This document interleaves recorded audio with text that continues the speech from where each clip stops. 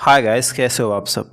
मैं उम्मीद करता हूँ आप सब बहुत ही अच्छे होंगे। तो गाइस, इस वीडियो में कई सारे स्ट्रक्चर्स और डेली यूज सेंटेंसेस लिए गए हैं ताकि आप इंग्लिश को प्रैक्टिस कर सकें और अच्छा इंग्लिश बोल सकें। ओके, चलिए वीडियो को शुरू करते हैं। पहला टॉपिक है विद फोल्डेड हैंड्स।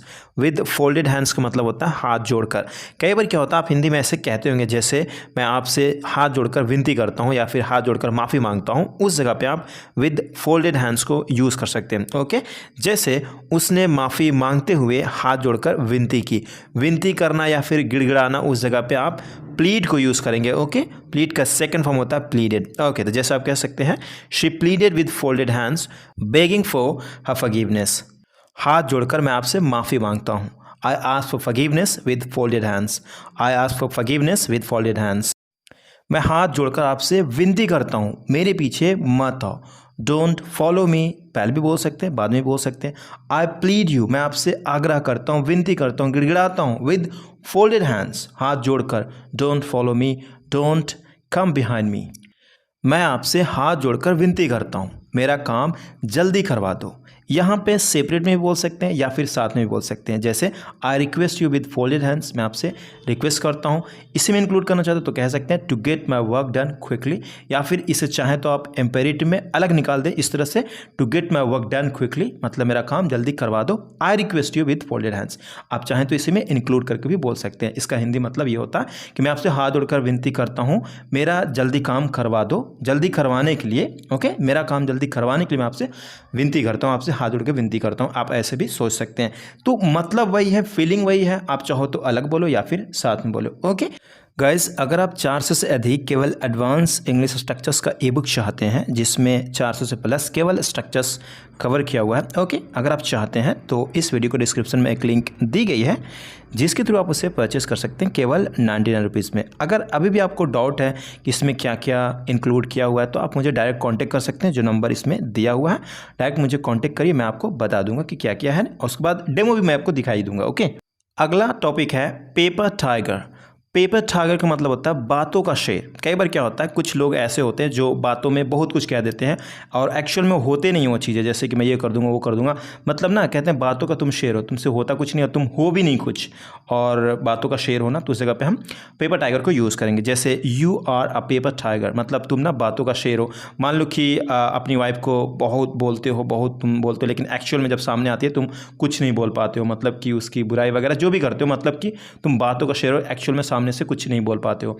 तो उस जगह पे या फिर कहीं पे भी आप इसे फिट कर सकते हैं, डिपेंड करता है कि आप क्या बोलने वाले हैं। ओके, तो उस जगह पे आप पेपर टाइगर को यूज़ करिए। अगला सेंटेंस है मैं ना बातों का शेर हूँ। मैं ना बातों, मैं खुद ही कह रहा हूँ, मैं ना बातों का शेर हूँ। I am a paper tiger, I am a paper tiger. मैं जितना बोलता हूँ उतना करता नहीं हूँ। मैं जितना बोलता हूँ उतना करता नहीं हूँ। तो मैं इंग्लिश में कह सकता हूँ I am a paper tiger, मैं बातों का शेर हूँ। I bark a lot more than I bite, मतलब मैं ज़्यादा भौंकता हूँ, काटने से ज़्यादा मैं भौंकता हूँ। ओके, कहने का ये सेंस है। Okay, I bark a lot मतलब मैं भौंकता बहुत ज़्यादा हूँ। मोर देन आई बाइट मतलब इससे, काटने से मैं ज़्यादा भौंकता हूँ। या फिर मैं इस तरह से भी कह सकता हूँ जैसे I am a paper tiger, I don't do as much as I talk. I don't do as much as I talk. अगला टॉपिक है a loose tongue. A loose टंग का मतलब होता है ज़्यादा ही बकबक करना, उसे हम अ लूज टंग कहते हैं। जैसे उसका जुबान बहुत चलता है, she has a loose tongue, she has a loose tongue. Okay, मेरा जुबान तेरे जैसा नहीं चलता है। I don't have a loose tongue like you, I don't have a loose tongue like you. अगला टॉपिक है it's as good as new. It's as good as new मतलब नया जैसा ही है। कई बार क्या होता है कि कोई दोस्त कह रहा है ये ले लो, तो आप कहते हो नहीं नहीं ये तो पुराना जैसा है, ये ले लो, ये तो नया ही जैसा है। नया ही जैसा मतलब नया ही लग रहा है, तो उस जगह पे आप कह सकते हैं it's as good as new. Okay, जैसे यह वाला ड्रेस ले लो, बिल्कुल नया जैसा लग रहा है। ओके, तो कह सकते हैं take this dress, it's as good as new. Take this dress, it's as good as new. Okay, अपने फ़ोन पर उस छोटे से खरोच के बारे में चिंता मत करो, एक कवर इसे ढक लेगा और यह बिल्कुल नया जैसा लगेगा, नया हो जाएगा। Okay, don't worry about that little scratch on your phone, a cover will cover it up and it will be as good as new.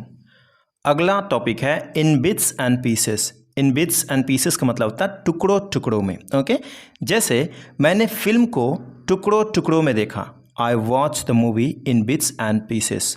I watch the movie in bits and pieces. Okay, टुकड़े टुकड़े मतलब लगातार मैंने नहीं देखा, टुकड़े टुकड़े मैंने आधा देखा, फिर बाद में देखा, फिर बाद में देखा, ऐसा करके मैंने देखा। तो उस जगह पे आप इन बिट्स एंड पीसेस को यूज़ करिए। ओके, अगला सेंटेंस है, मैंने आखिरकार प्रोजेक्ट पूरा कर लिया, मुझे पूरे हफ्ते इसे टुकड़े टुकड़े में करना पड़ा। I finally finished the project. I had to work on it in bits and pieces all week. I finally finished the project. I had to work on it in bits and pieces all week. अगला topic है a smooth talker. a smooth talker का मतलब होता है चिकनी चुपड़ी बातें। कई बार क्या होता है, कोई ना लगान करके बोलता है चिकनी चुपड़ी, अगर कोई उसको बात निकालना हो या फिर कुछ ऐसी बातें कराना हो, मतलब चिकनी चुपड़ी बातें करता है, तो उसे हम स्मूथ टॉकर कह सकते हैं। जैसे तुम एक चिकनी चुपड़ी बातें करने वाले हो, you are a smooth talker, you are a smooth talker. Okay, मैं चिकनी चिकनी बातें नहीं करता, I am not a smooth talker, I am not a smooth talker. अगला टॉपिक है it's only a mirage. It's only a mirage का मतलब होता है आँखों का धोखा। ओके, आँखों का धोखा। कई बार क्या होता है कि लोग आँखों का धोखा हो जाता है, आँखों का धोखा रखते हैं, तो उस जगह पे हम कह सकते हैं it's only a mirage, it's only a mirage. जैसे ये तो आँखों का धोखा है, मत जा इस तरफ।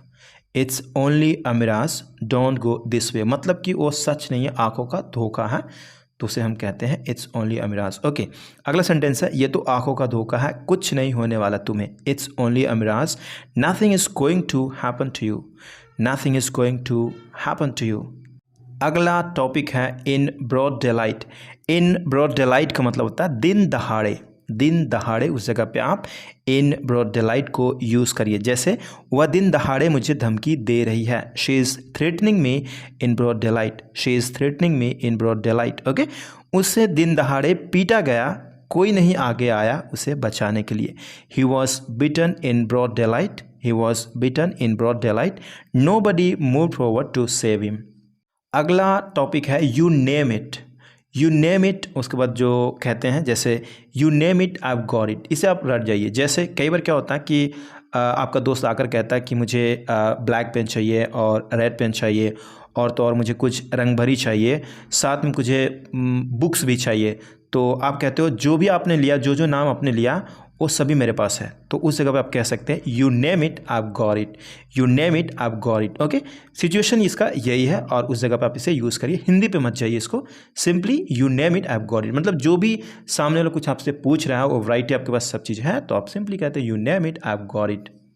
अगला टॉपिक है short by 20 rupees, short by 30 rupees, short by 100 rupees, जो भी आप कहना चाहते हैं। मतलब कि क्या होता है कि आप एक शॉप की मतलब शॉपिंग करने के लिए गए कहीं पे और आपके पास पैसे शॉर्ट कर रहे हैं, तो मान लो कि आपको 100 रुपीज़ पे करना है लेकिन आपके पास 80 रुपये ही है, तो आप कहते हो कि मेरे पास 20 रुपये के शॉर्ट पड़ गए, तो आप कह सकते हैं कि मुझे 20 रुपये कम पड़ गए थे या फिर कम पड़ गए हैं, है पे भी ख़त्म कर सकते हैं। अगर कोई पास्ट है तो वाज लगाएंगे, अगर प्रेजेंट है तो इस लगाएंगे, एम लगाएंगे, जो भी सिचुएशन होगा उस तरह से आप लगाएंगे। ओके, जैसे मुझे 20 रुपये कम पड़ गए, तो मैं कह सकता हूँ I was short by RS 20 rupees, no I was short by 20 rupees, ऐसे ही कहेंगे। उसे 100 रुपये कम पड़ गए थे, he was short by 100 rupees, he was short by 100 rupees. अगला टॉपिक है swear on me. Swear on me का मतलब होता है खा मेरी कसम।